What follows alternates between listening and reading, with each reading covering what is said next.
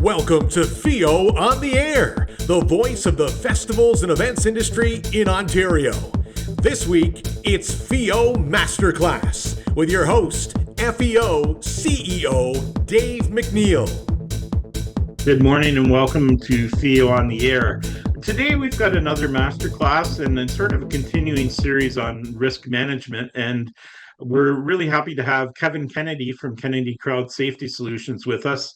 And we're going to talk about weather and weather protocols, planning for extreme weather and having your plan ready. More and more often, we're dealing with those extreme weather situations, and the best way to deal with them is have a plan. And Kevin's here to talk about that. Welcome, Kevin. Oh, thank you for having me. So, here it is. We're talking about an extreme weather situation, and unfortunately, our friends down in Jamaica are dealing with a Cat 5 hurricane. Kind of ironic, but more and more in Ontario, we're facing with extreme weather. Can you talk about the importance of having a good plan in place to deal with extreme weather? I think, the issue is we're getting more and more often extreme weather events, and it doesn't necessarily mean just heat waves. It means those sudden events like thunderstorms, lightning, hail, and even tornadoes now. And it's important that we make sure that the crowds that we're attracting to our events, they're coming to an event with the idea that you plan for everything and you're going to make it safe for them. They're not going there with the idea that it's going to be unsafe. So they want to be confident in the fact that you've planned a good event, that you know what you're going to do in the event of an emergency, and that includes weather emergencies. One of a person I spoke to a long time ago, a person by the name of Gordon Graham. He's a risk management expert out of the States, and one of his comments was, "Predictable is preventable." And I think we've hit a point in our lives that extreme weather is predictable. We're going to get it. We can assume that, and from the earliest planning stages, we have to prepare for that. So it is preventable in terms of how we respond with crowds. So, Kevin, as you're putting together this weather plan, who should be involved in that? Like, should you have a local meteorologist? Obviously, your insurance supplier. Can you talk about who is critical to be a part of that planning? So under an IMS model, incident management system model that we use in Ontario, we have different levels of people that are going to be involved in a planning stage and then the operational stage. At the planning level, you're going to have your lead, your incident commander involved. They have to be aware of what the potential weather issues are and how they're going to respond. They'll oversee the whole planning side of it. But within the planning section, I would suggest you have somebody with a little bit of experience. Doesn't have to be a meteorologist, but somebody with a little bit of experience on how to respond to weather emergencies in your planning. Within your planning itself, you're going to do basically an all hazards approach, maybe some specific ones for your area. If your area is commonly exposed to thunderstorms, you'd want to have a plan specific to thunderstorms. But you may want to have your plan do an all hazards approach in terms of the heat or or hail or something that's a little less recurring or a little less. It's not as likely. So you want to have that in place. So your plan is going to be developed with the idea that you have somebody that's going to be monitoring the weather, somebody who's going to be making the final decisions on it, and somebody who has some experience in how to manage crowds when it comes to how are we going to deal with crowd and crowd behavior as this stuff arrives, and as we're evacuating crowds, where are we going to put them? So you want to have a number of people involved. It doesn't necessarily have to be a meteorologist, but somebody with a little bit of weather experience and how crowds react in weather situations. Now, Kevin, often your insurance policy is going to dictate what happens at each step of the way. Like if it's a weather warning, if it's a weather risk, at step A, you isolate, you clear, and you evacuate, you cancel. Is it basically dictated by the policy? How does that work? I mean, obviously, you're the ones covering your losses. Yeah, I don't deal with the insurance side of things too much, and I don't deal with the policy side of things. But if they have a certain standard that they have to, or sorry, that they're imposing that the organizer has to follow, I would take it a step further from that and just say, okay, so I don't want to reach that threshold that the insurance company says we're not going to cover. I want to take it one step back because I want to have time and space to actually start moving crowds when I make that decision. So we don't reach that insurance threshold. And now we're beyond it and we're not getting insured when somebody gets hurt. So it's just due diligence to make sure that you are staying within their boundaries, not just reaching them and then going beyond when the emergency is occurring. So, Kevin, the other thing about having a plan, and quite often we have plans on paper, but they're not communicated properly all down the chain. Can you talk about the importance of communication? And So that's probably one of the biggest failures with when we end up with crowd disasters, and forgetting about crowd related ones, just crowd disasters in as a whole. One of the biggest problems is we can have the best plan in the world and it can cover everything. But if the people on the ground do not know what that plan is, they're the ones that are going to be making sure that it operates properly. And if they don't know what that plan is, the plan's useless because they are going to have to operate on ad hoc or on information that's not complete. And the plan then is not going to be followed as you indicated. The plan is designed with the idea that it maximizes safety. If we do not communicate with the people on the ground and ensure they have the proper training, skills, and abilities to deal with that plan, then the plan is going to fail. And that's a big problem we find in a lot of events, that the people on the ground do not know what the plan was. and those people on the ground, when it comes to weather, I mean, that includes your security personnel, your off-duty police officers, your leads, your volunteers. It's the whole group effort. Yeah, it includes everybody. It includes your vendors. Your vendors have to know that when an emergency's occurring, they need to shut down right away. They can't just say, "Okay, I'm going to make a few more dollars here before we really get pushed out."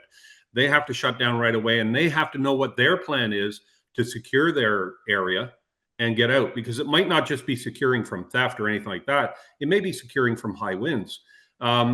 If we have a high wind event come through, anything that's not tied down, locked down, is a potential debris hazard that could hit. I saw a video a few years ago of an event at a St. Louis outdoor arena, like a baseball stadium, and all the crowds are secured separate from the exit from the stadium, but the exit is clear, but it's an open exit, and a high wind was going through at the time, pushing everything around.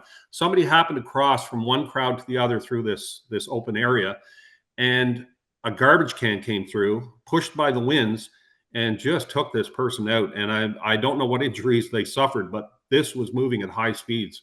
So anything that's not locked down becomes a potential hazard. And that's an important thing as well, is, if your event is happening at a venue, they've probably got evacuation plans in place, but you're still responsible for what you have on site, and ultimately it's your event there. So you can't just rely on what they have in place.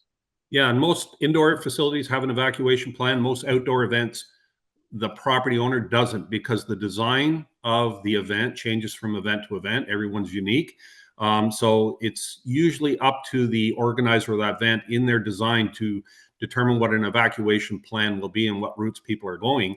And that includes making sure that there's enough space for people to go through, a place to go to, a place of safety, and that, there's no obstructions, debris, anything along that route during a severe weather event other than a heat storm, a severe weather event like lightning, thunder, winds, that aren't going to be an obstacle to the crowds leaving.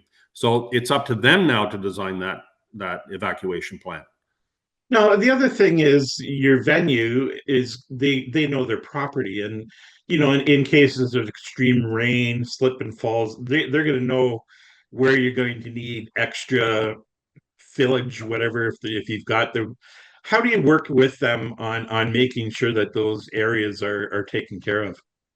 So I've worked a lot of events where we've had severe weather and we've had a lot of rain coming in.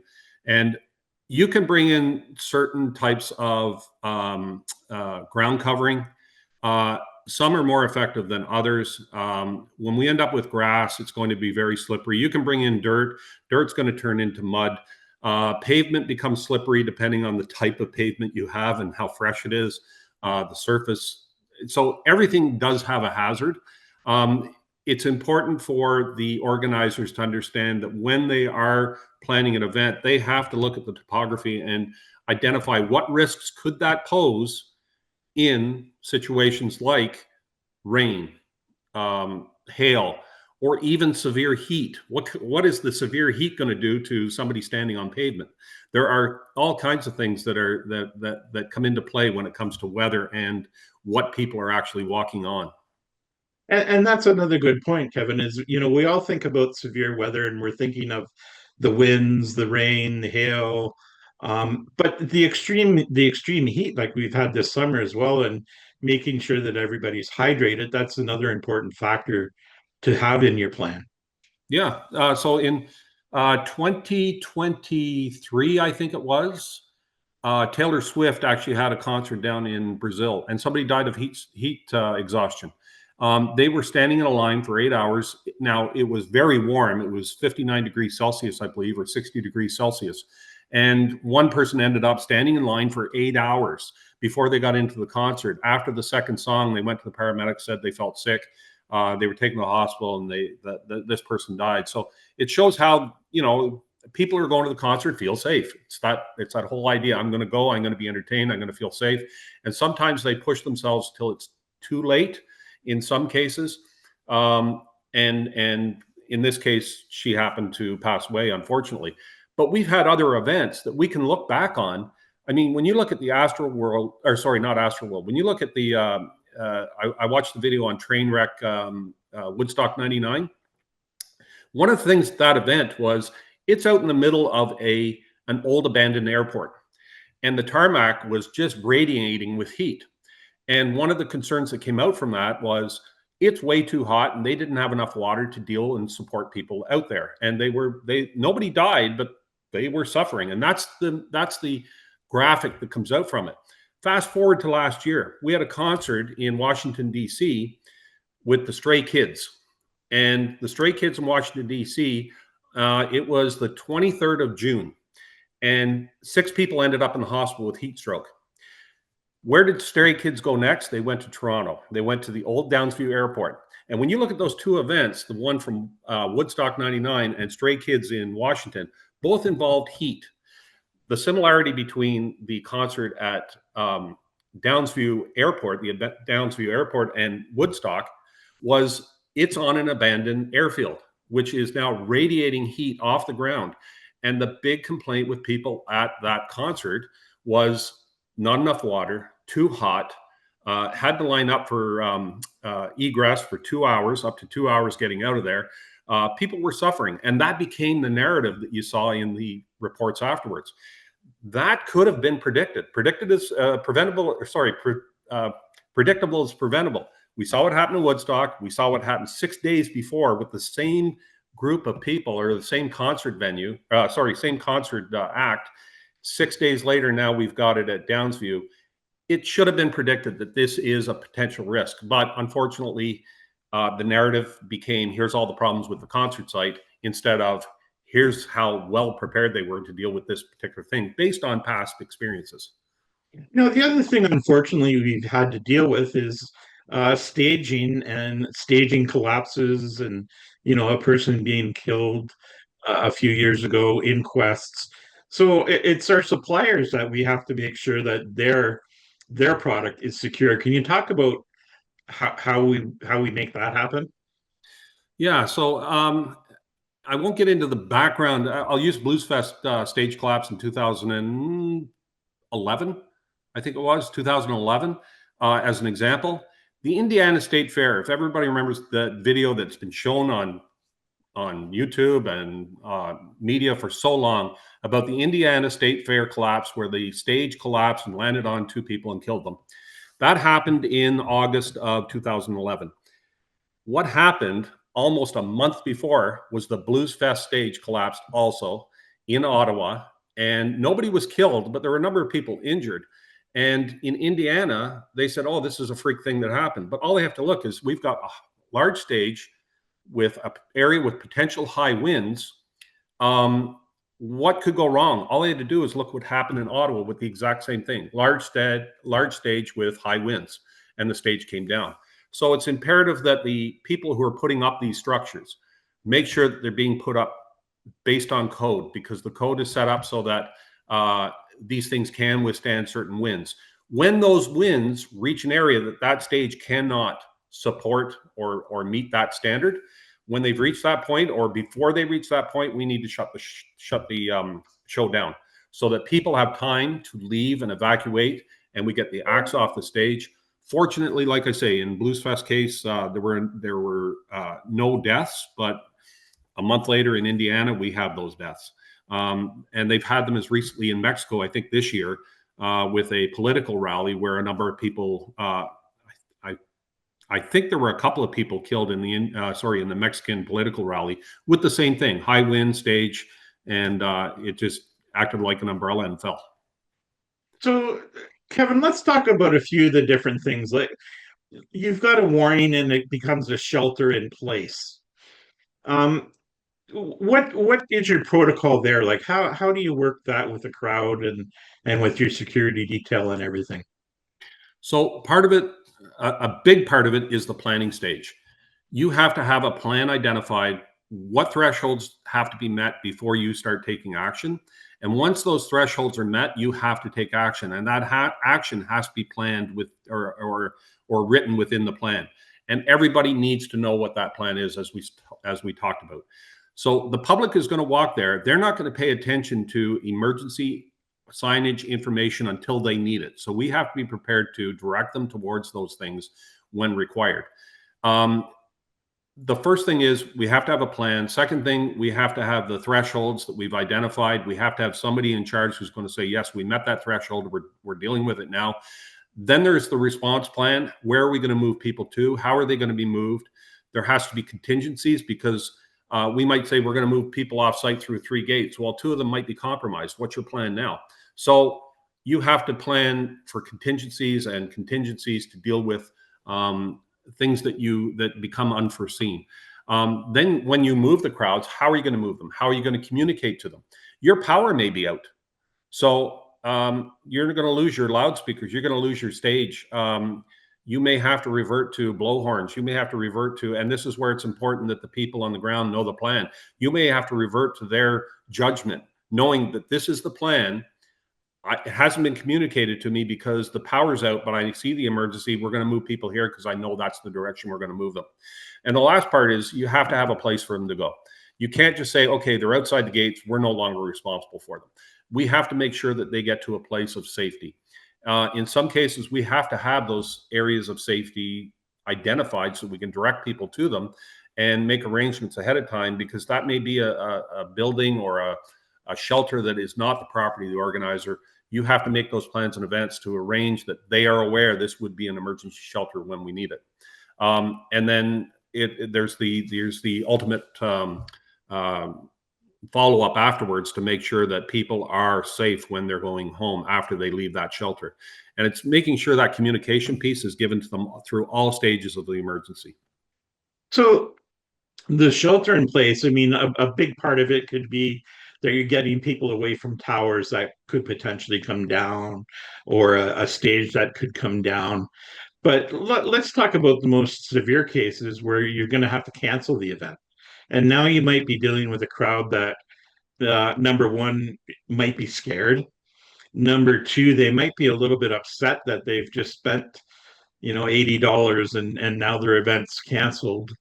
And it's a non-refundable ticket. And so how do you deal with that type of crowd as you're trying to get them to egress in a safe manner?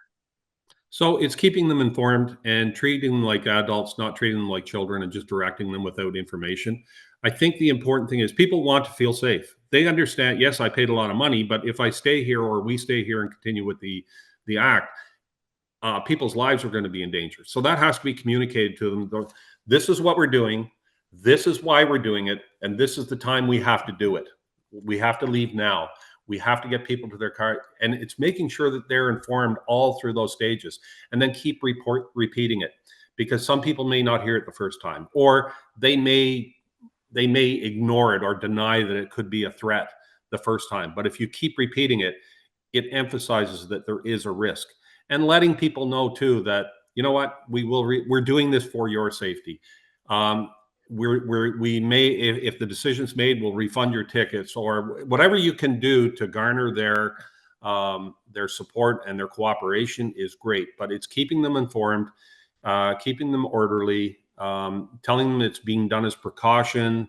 If there's an immediate threat at the time, it shouldn't reach that, in my opinion, with a weather event, unless you're dealing with something like an earthquake that you cannot predict.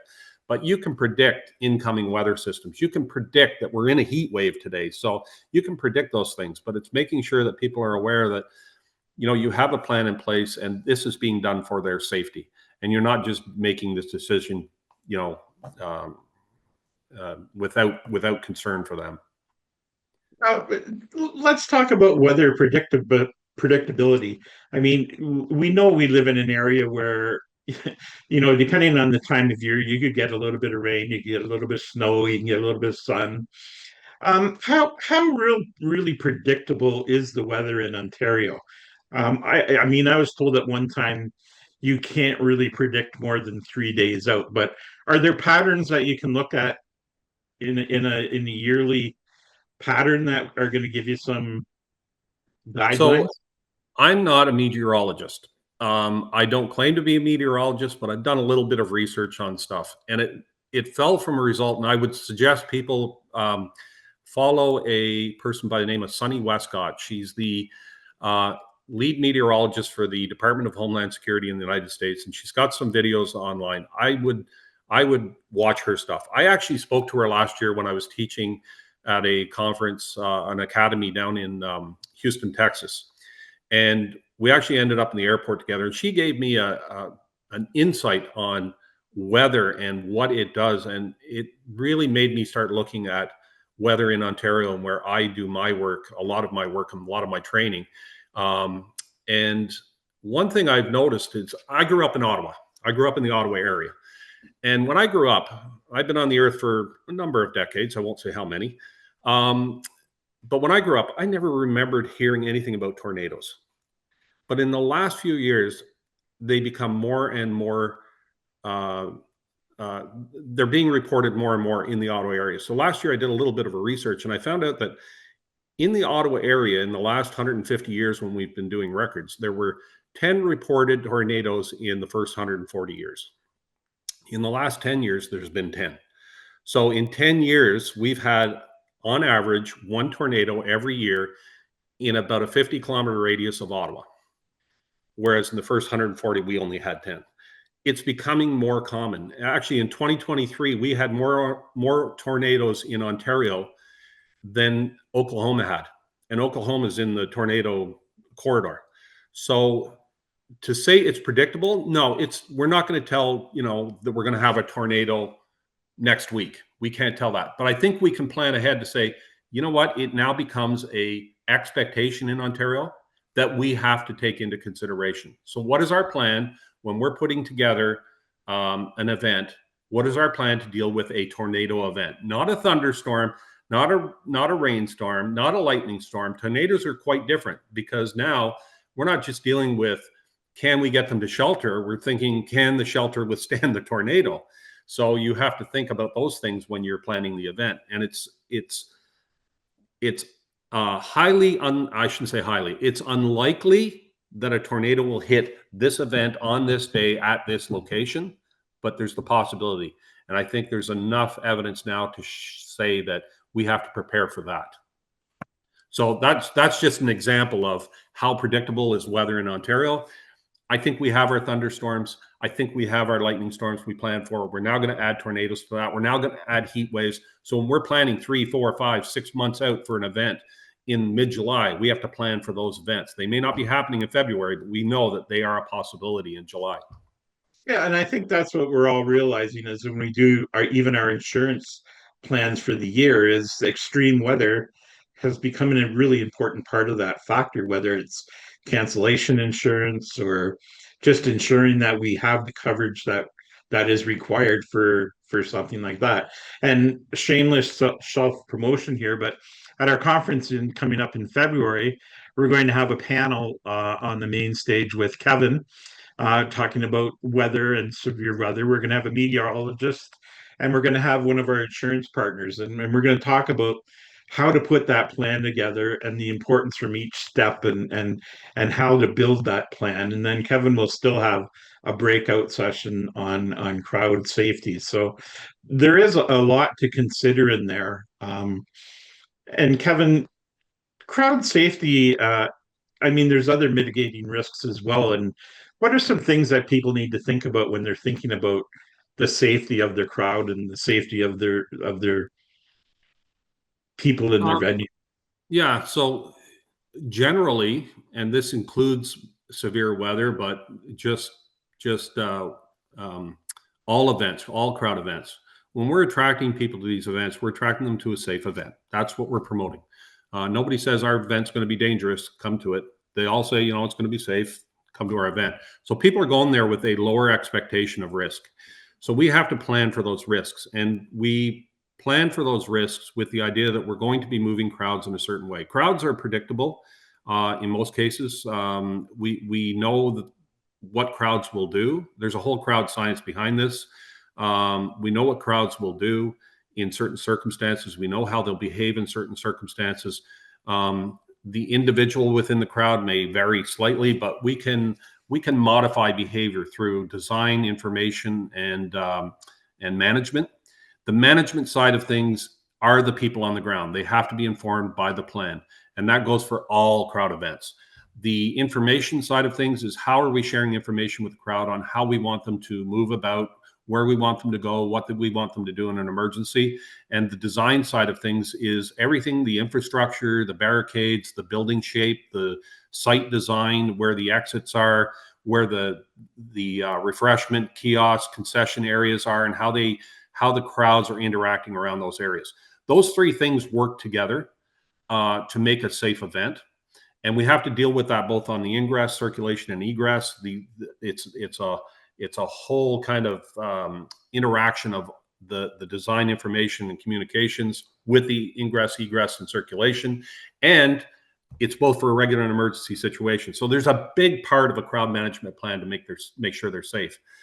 When it happens within a weather emergency, those things still play into it. And people have to realize that for our event to be safe, we have to address all those things. A lot of the crowd failures that have occurred in the past, and most of them have occurred in the past in an emergency situation or an evolving emergency situation because the crowd is building up because of excitement or concern or whatever it be. It could be a sudden rainstorm and now they start running. The design information and management side of things help support a safe environment for them.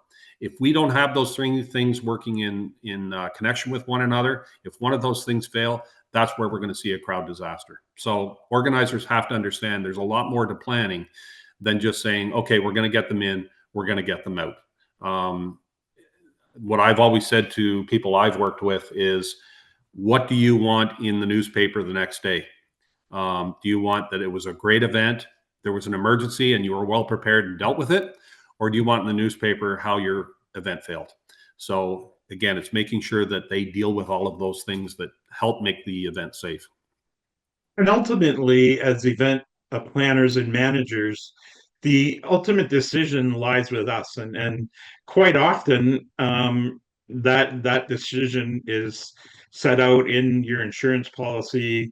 It's set out through weather standards that at a warning, we're going to do this, at a watch, we're going to do this, we're going to evacuate at this point. And then it becomes the communication. Is there anybody that can override that chain of command? Like, can a local police shut it down? When I think of a few festivals that I know have been canceled because of weather, it was done effectively because of their communication plan, having a meeting before every day, with the weather office, with the police, with the fire, with their crowd control people. And everybody was on the same page and knew what was going to happen at each step of the way. Yeah, so I believe that every event, whether it be a medium or a large scale event, uh, should have a unified command center. And in that unified command center should be represented by all the emergency services, by all the sports, by the organizer, by anybody who's in a position of making decisions. And as a command center, when we see something starting to evolve, whether it be a weather system coming in, whether it be heat exhaustion, that more people are dropping out there because of heat, whether it be just that we're getting congestion in one area we didn't expect, whatever the emergency is or whatever the concern is, the command center should be advised of it. Those are the decision makers. And within that command center, we would have an event commander, somebody who has overriding decision. But at any given time, the police, the fire, the ambulance are going to have a huge say in what happens with your event. It may come down to them saying to the event organizer, these are our recommendations, you make the decision. And now the event organizer is going to make an informed decision. But when it comes to the insurance, they're going to come back and go, well, the event commander made the decision to keep it going. We're not covering it because it was dangerous. Well, the police told you, they gave you advice, or the fire gave you advice. You made the decision, though. In some cases, police, fire, paramedics may just override everything and say, we're canceling it. And that'll be for the municipality to decide what is the process. But in my opinion, there should be a unified command center so that everybody's making an informed decision based upon the information that's coming from all levels on the ground up to the decision makers.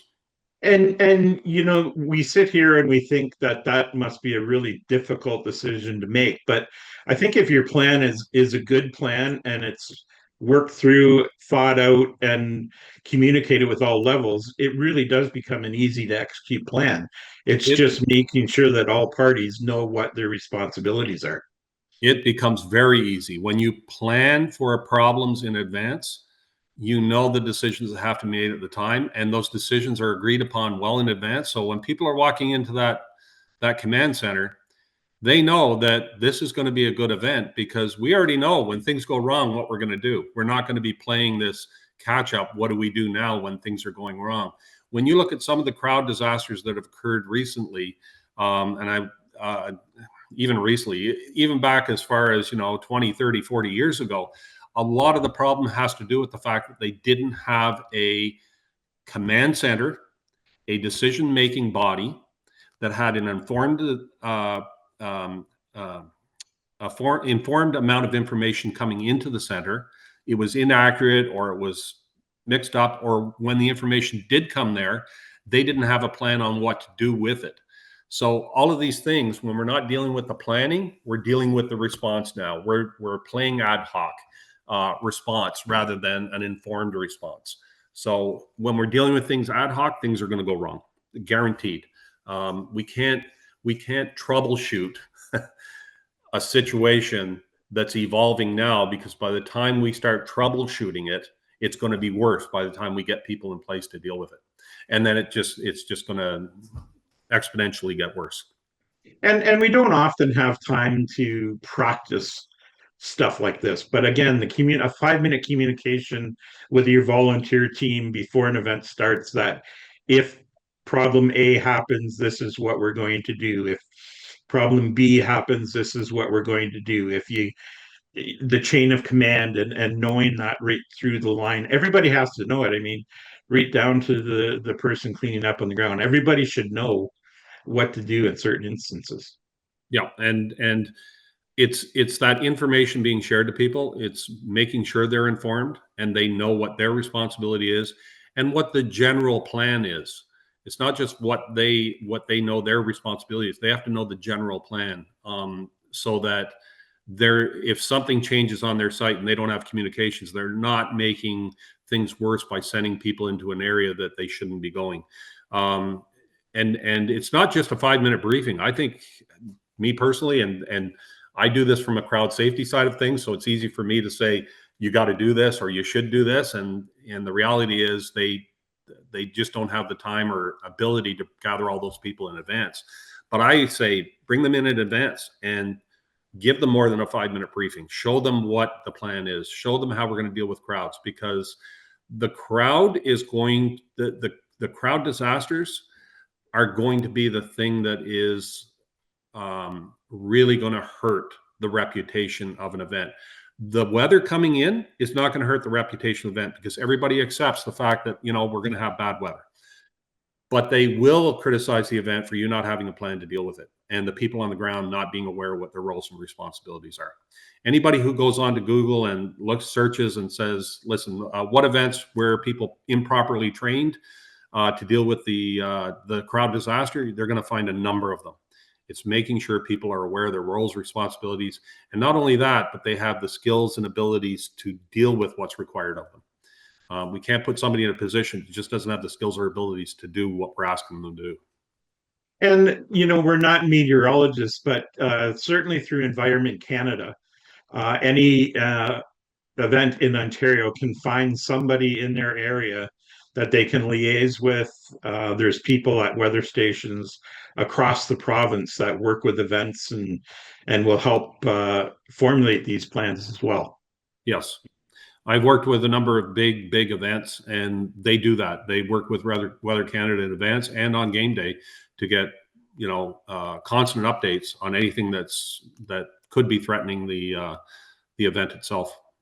And again, Environment Canada or Weather Canada, they'll make somebody available if your event is certainly of scale. If there's a large number of people, it's important to them that they're going to be involved and engaged with it. So make sure to reach out.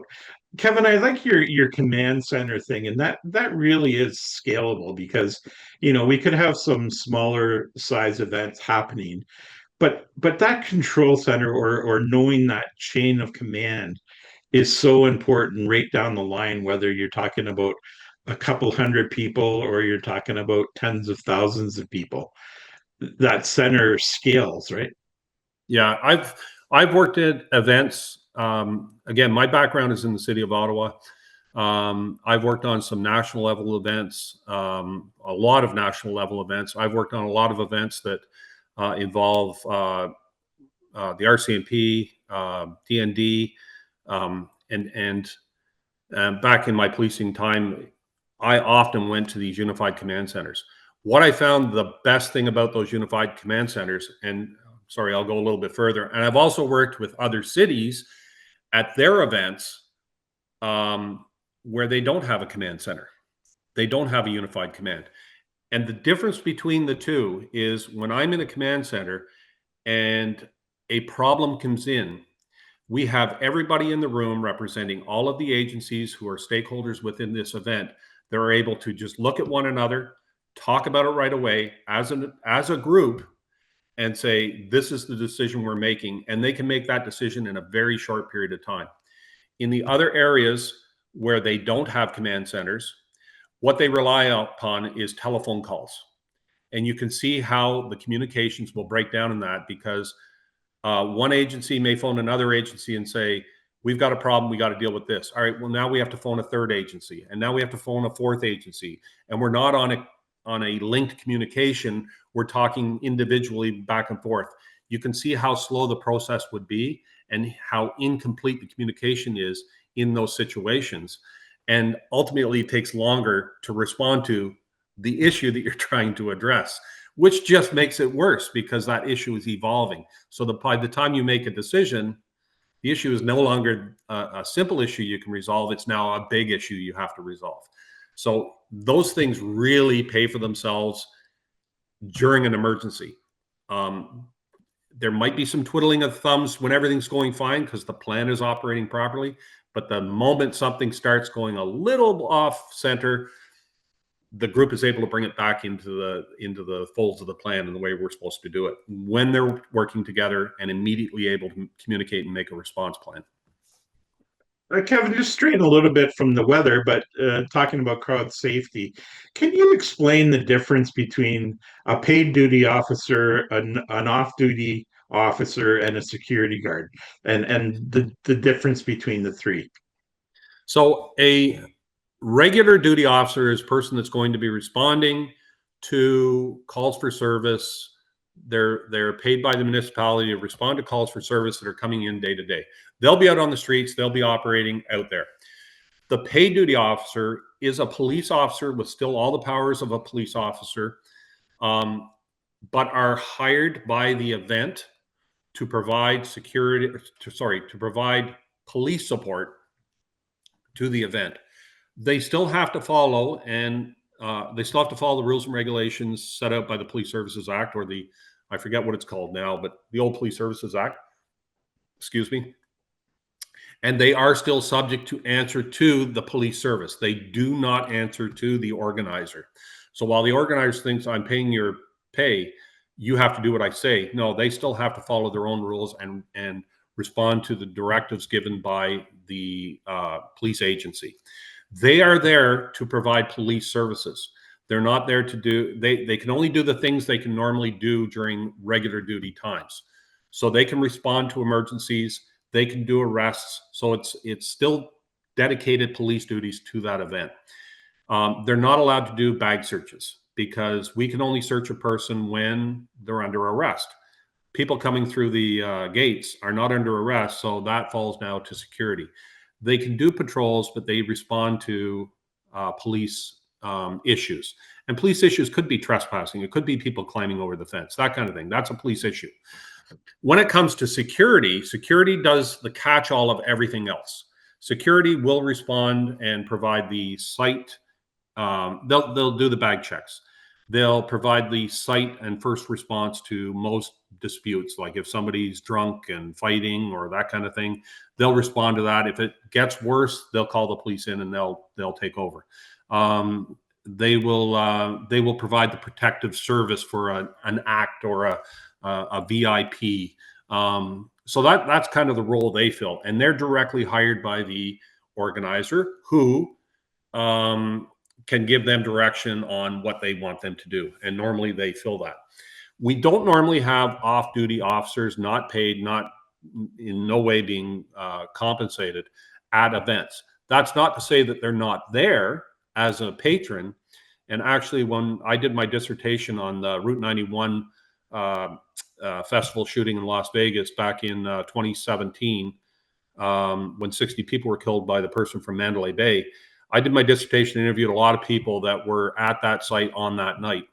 And one thing that came out was the first responders, the people that normally dealt with emergencies who happened to be in the crowd, were probably the most resilient group on the ground that night because they're used to emergencies. So while these people may be in your crowd, in an emergency, you'll find that they're probably going to be the first to respond. And that includes paramedics, fire, police, military, ER nurses. They're used to that high adrenaline situation. They've trained for it. They operate in it. And usually they think in an emergency situation, they think more clearly and able to deal with the site. So they become a very resilient resource for you in an emergency when required. So now that you've laid that out for us, let's talk about a weather situation where we've got to evacuate the site. What role does each of those groups play in the evacuation of that site? So the event organizers made the decision based on their insurance policy, made with their cooperation with Environment Canada. What role do the three that you just talked about play in evacuating your site? So I think what you're going to find is, unless it's an extreme emergency where people are being immediately threatened, the off-duty people that are in the crowd just as a patron of the crowd are probably going to just follow the direction that they're being given by the organizer. They're just going to follow and still become, part of the crowd. They're just off duty. There's no vast emergency here. When it becomes a big emergency where people's lives, you're going to see them step in. So that's what's happening with the off-duty people. With the on-duty people, the police and the security, once the call comes down from command that we're going to evacuate the site, they're probably starting a whole bunch of things in play already, prepare for the crowds leaving. So they're going to have security personnel move to areas on the egress route so they can direct people to the proper area.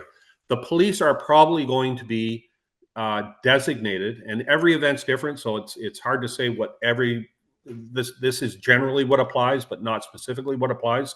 the police are probably in support with or will be supporting the security in moving crowds out of the venue. So, because there's that authority, if you refuse to leave, we're evacuating the venue. If you refuse to leave, now it's trespass to property. They can consider that, and they can forcibly move them off. So that's going to be the police role at that point, because it's a police function. But they will support security. Security will take the lead in telling people where to go, both on the site, getting off, what exit to take, and then along the routes where to go. The police will probably secure the site afterwards, and even secure areas where people have been sent to, just because there's still a concern. Even though it might be a weather event, you still have to ensure their safety there from other threats, whatever it be, whether it be a criminal act,